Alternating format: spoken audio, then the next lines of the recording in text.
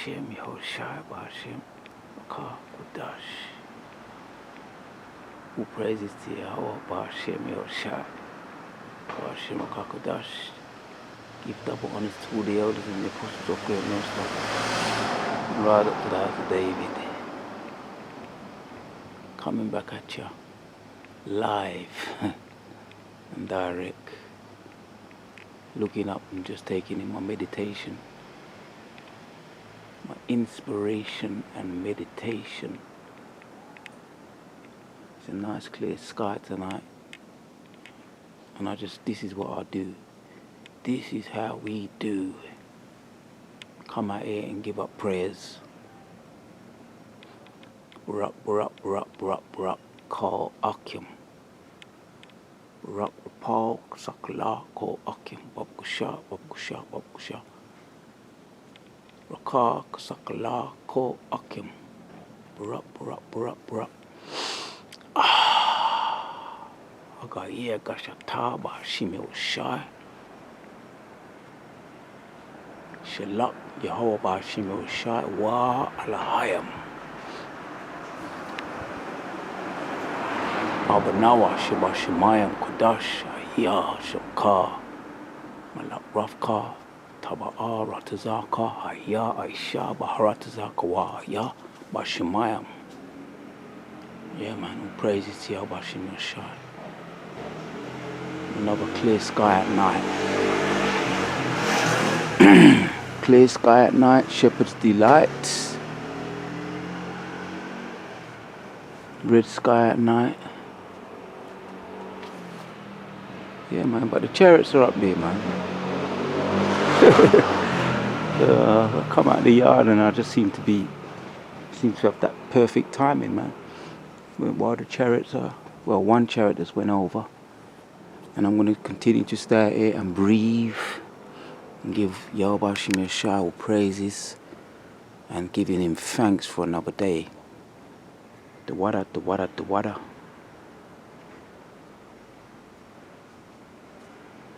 Yahweh Ba'ashem Yehoshai. Kala Yahweh Ba'ashem Yehoshai for another day. Babkusha. Just turn on the camera. It's a nice night for talking and meditating and breathing and doing my little chi, getting the body moving, getting the heart rate pumping, frying up some of the psalms this night while I'm down here in the belly of the beast, making use of the Hebrew, homing up on the Hebrew through the power and spirit of Yahweh Ba'ashem Yehoshai. There's a lot happening, man. Just finished watching the NBC News. There's a whole load of things going on. The Ukraine war. Oh, I done that video earlier on today. One of the what's his name? Dmitry Kovalev, I think his name is. One of the Russians. A Russian assistant of Putin, talking about they want to bomb UK, want to bomb the UK. Yeah, UK is just a little small island. So all it takes is one missile to just blow up the place, man. You know, you got this big talking mass you got the mass against the giant elephant, trying to pull the big talk to the Russians. So that was the video I did early on. News, end time prophecy, rumors of the wars. So Dmitry talks about this must be the year of upsets. Dmitry's talking about he wants to upset or bomb Britain, the UK, because it ain't really. You got what's that guy's name, man? Boris Johnson, the pleb, the college pleb, coffee drinking, stained t-shirt drinking Englishman.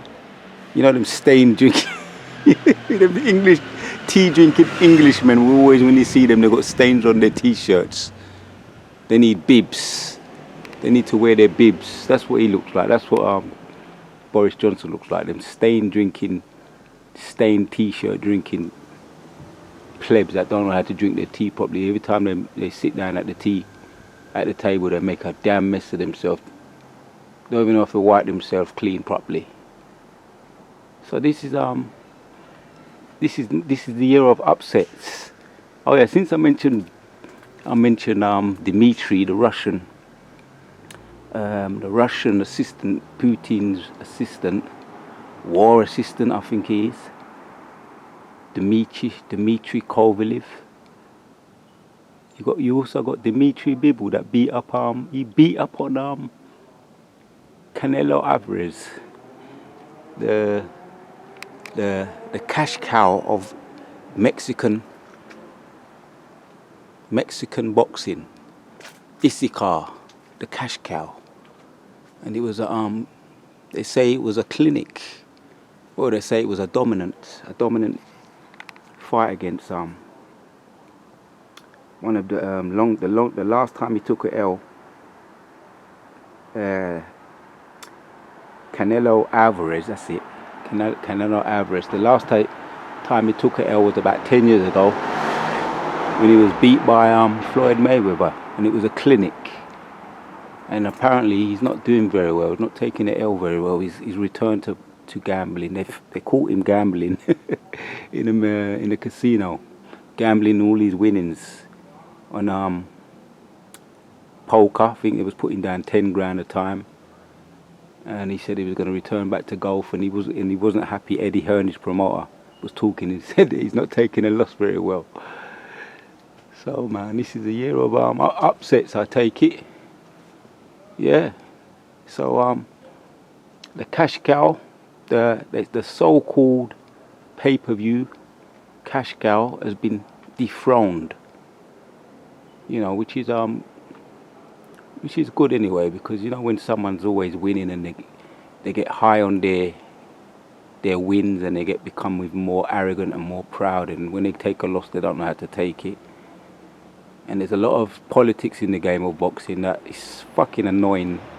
Anybody that's into boxing knows about the politics side of it, which takes away from the real, raw, old school good fighters, because now it's all about business and making money, when you don't really see the class of it has gone out the window. Like the good old days of boxing, you know, the Hearns and the Larry Holmes, the marvelous Marvin Hagler fights, Sugar Ray Leonard fights, Sugar Shane Mosley, and even Floyd Mayweather. You know, he was good at what he did. You know, so-called sweet science of boxing. So now they've made it into a business. So if he takes the rematch, Canelo Alvarez, if he takes the rematch, which he said he wants to rematch with Dmitry Bivol, which he is a Jake, a so-called Middle Eastern Eastern European fighter, which he's down on paper as a Russian, which is not a Russian, Middle Eastern or Middle European. His mother's Korean, and his father's from Kurdistan, same as GGG, which they're probably Jakes. So Canelo thought he was going to be up against a fighter that was going to be straight up and down, a typical Russian fighter, Middle Eastern or Middle Eastern European fighter. He thought he was going to be just straight up and down, no special effects, because Canelo has a reputation for not fighting so-called African American fighters, because he can't deal with the movement, the legs. So he thought he was going to take an easy cherry pick against this Eastern European fighter, and it was going to be easy work, a light heavyweight. When he went in there and he realized what the guy was popping his head off with the jab, moving around back and forward.